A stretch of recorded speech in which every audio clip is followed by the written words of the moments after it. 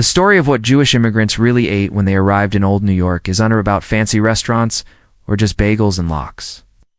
It's a story written in the language of sizzling chicken fat. It's the sharp temps of pickles and the comforting chew of a fresh loaf of rye bread. It's a cuisine born from pure necessity. It's a delicious magic act performed by women in tiny tenement kitchens, juggling poverty, tradition, and the strange new foods of America. Their diet was a bridge between the old villages of Eastern Europe and the chaotic streets of the Lower East Side. Imagine walking down Hester Street around 1905. The air is thick with the smell of baking bread, frying onions, and the sharp, briny scent from pickle barrels on every corner. This food wasn't just about survival. It was a taste of resilience, of identity, and of the slow, messy process of becoming American. The foundation of this whole world was bread, but not just any bread. We're talking about a dense, dark, crusty rye bread with a deep sour flavor and the earthy taste of caraway seeds. It was the centerpiece of almost every meal. You didn't just eat it, you used it to wipe your plate clean, to soak up every last drop of gravy, and to fuel a body exhausted from hard labor. For breakfast, you might tear it into chunks and soak it in wheat coffee. For lunch, a thick slice, maybe rubbed with a bit of garlic, was a meal in itself. This rye bread was essential. Alongside it was pumpernickel, even darker and denser, providing lasting energy for those long days in the sweatshops or pushing a cart. But bread alone wasn't enough. The protein that ruled the Jewish immigrant kitchen was the chicken. And a chicken was never just a chicken, it was a whole economy. After the bird was prepared, it was boiled for hours to make the most important dish of all, chicken soup. This wasn't just broth. It was a golden, life-giving elixir, simmered with carrots, celery, dill, and even chicken feet to give it that rich body. With some fine egg noodles or fluffy matzo balls, this soup was the cure for colds, for sadness, for everything. It was medicine in a bowl. And nothing went to waste. The boiled chicken meat, now incredibly tender, would be chopped up with fried onions. An egg to fill kreplach, little dumplings that were either boiled in the soup or fried until crisp. But the real magic was in the fat and skin. They were slowly rendered down in a pan, filling the tiny apartment with the scent of home. This rendered fat, called schmaltz, was the cooking oil and butter of the Jewish kitchen. It was used to fry potatoes, onions, or just spread on bread. The crispy bits of skin left over were called gribbins, a salty, crunchy, incredible snack. Even the liver was saved, chopped up with hard-boiled eggs and onions to make chopped liver, a rich spread that was a staple for Sabbath meals. From one single chicken, a resourceful cook could create a feast. Of course, it wasn't always chicken. Beef was a luxury, and when they had it, it was usually the tougher cuts like brisket or flanken. These were transformed by cooking them low and slow for hours. Teasums, for example, was a sweet and savory stew with brisket. Carrots, sweet potatoes, and prunes cooked until the meat just fell apart. It was a special dish for holidays, its sweetness symbolizing hope for a sweet new year. Another classic was stuffed cabbage, or halashchiks. Cabbage leaves were carefully wrapped around a filling of ground meat and rice, then simmered for hours in a sweet and sour tomato sauce. The tangy sauce cutting through the rich meat was a perfect example of the balanced flavors that defined this food. Preserved and salted fish were another cornerstone. They were affordable, plentiful, and kosher. The most famous, of course, was herring. In the appetizing stores, you'd find barrels full of it, schmaltz herring in a salt brine, pickled herring in vinegar with onions, and creamed herring in a sweet and sour cream sauce. A piece of herring on a slice of black bread was a common, powerful way to start the day. Smoked sable was a buttery, luxurious treat for special occasions. But the fish that truly became a New York Jewish icon was the smoked whitefish. A whole smoked whitefish was the centerpiece of a Sunday morning family breakfast, carefully flaking the delicate. Smoky meat off the bone and eating it with a bagel and cream cheese was a weekly ritual that forced you to slow down and talk. And that brings us to the holy trinity of the Jewish breakfast: the bagel, the bialy, and cream cheese. The bagels back then were smaller, denser, and much chewier than what we have today.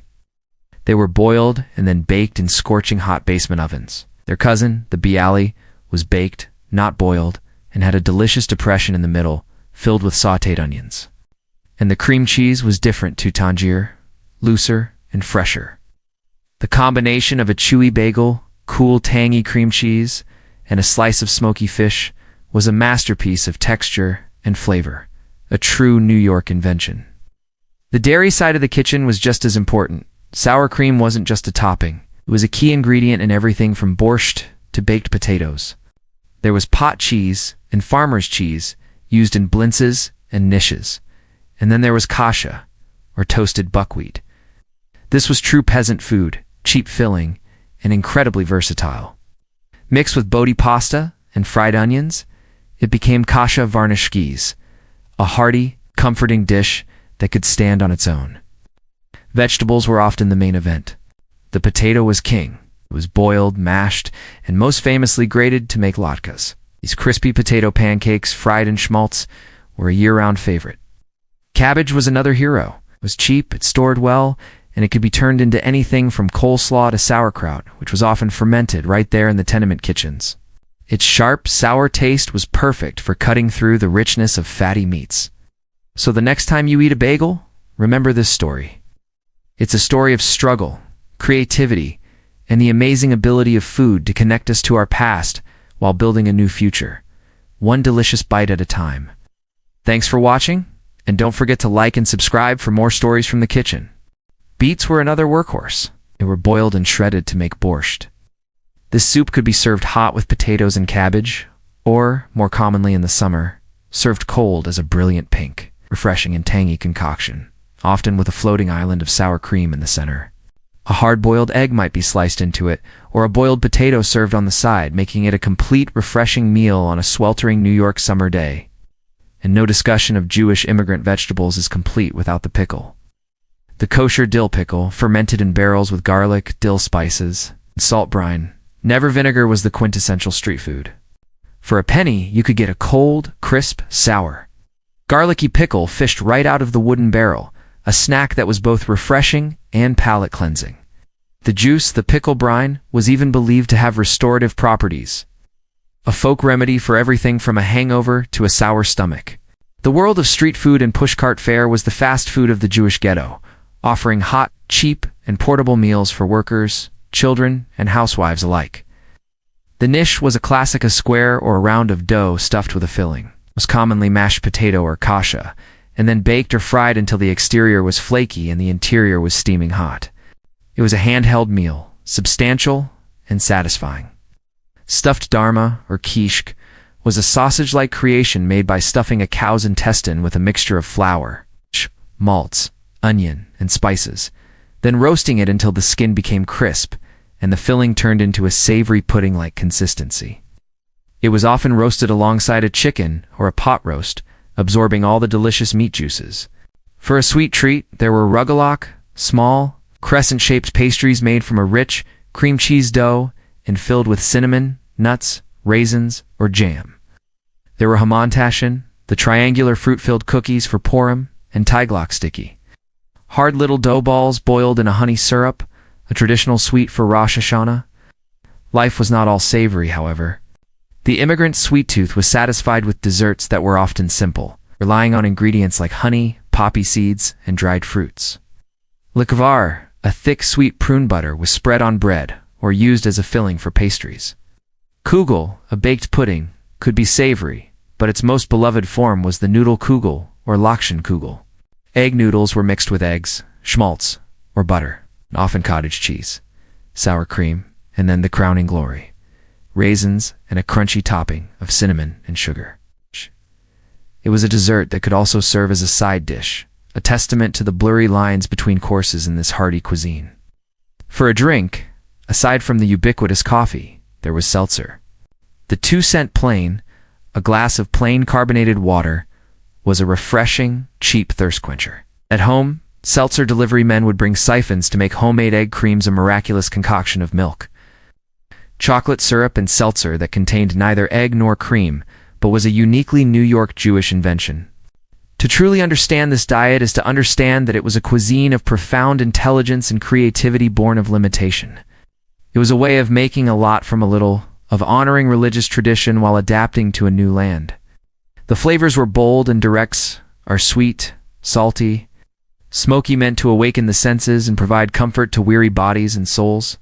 The smells of these foods cooking in 100 tenement kitchens would mingle in the air shafts, creating a communal atmosphere, a shared experience of struggle and sustenance.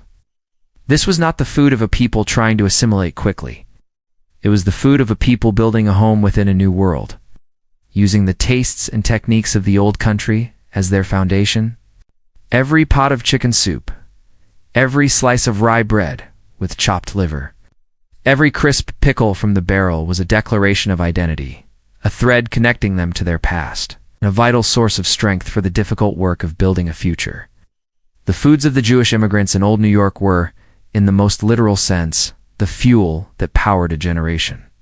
And their legacy, imprinted on the very soul of the city's culinary landscape, continues to tell their story long after the pushcarts have vanished and the tenements have been transformed